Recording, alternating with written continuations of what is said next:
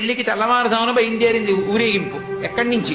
కైలాస పర్వతం దగ్గర నుంచి వృక్షంలో నిలబడింది మేనకాదేవి నారదుడితో కలిసి. ఒక్కొక్కళ్ళు వస్తున్నారు. అబ్బా వెలిగిపోతున్నాడు, ఆయనేనా మా అల్లుడంది. కాదమ్మా, సూర్యుడు దిక్పాలకుల్లో. ఆ వెనకొస్తున్నాడు ఎవరో బాబాయ్ నల్లగా ఉన్నాడు దున్నపోతే, మీరు ఆయన ఎవరా? మీ అల్లుడు కాదు, బెంగ పెట్టుకోకు, యమధర్మరాజు గారు. ఆ వెనకాతలు అబ్బా చల్లగా ఎంత బాగున్నాడో, ఎవరు? చంద్రుడు, మీ అల్లుడు కాదు. ఈయనెవరోనయ్యో చాలా అందంగా ఉన్నాడు, ఎర్రగా ఉన్నాడు, కాంతులు ఈనుతున్నాడు. బ్రహ్మగారు, మీ అల్లుడి దగ్గర పురోహితుడమ్మా, పెళ్లి చేయడానికి వచ్చే బ్రహ్మగారు ఆయన మీ అల్లుడు కాదు. ఓ అలాగా, ఇతనెవరో నీలమేఘశ్యాముడు, చాలా అందంగా ఉన్నాడు, శాంతాకారం భుజగచైనం పద్మనాభం సురీశం. అమ్మా, ఆయనకి మీ అల్లుడికి భేదం చెప్పకూడదు కానీ ప్రస్తుతం మీ అల్లుడు కాదు. ఆయన వెళ్ళిపోయాడు, ప్రదోష వేళ అయిపోయింది. రాడు వెడుతూనే ఉంది ఊరేగింపు, వస్తున్నారు మగపెళ్లి వారు. అలా ఆఖరికి ఒక ఆయన వచ్చాడు. చుట్టూ భూత ప్రేత పిశాచాలున్నాయి, ప్రపదగణాలున్నాయి, మధ్యలో దిగంబరంగా తాండవం చేస్తూ వస్తున్నాడు.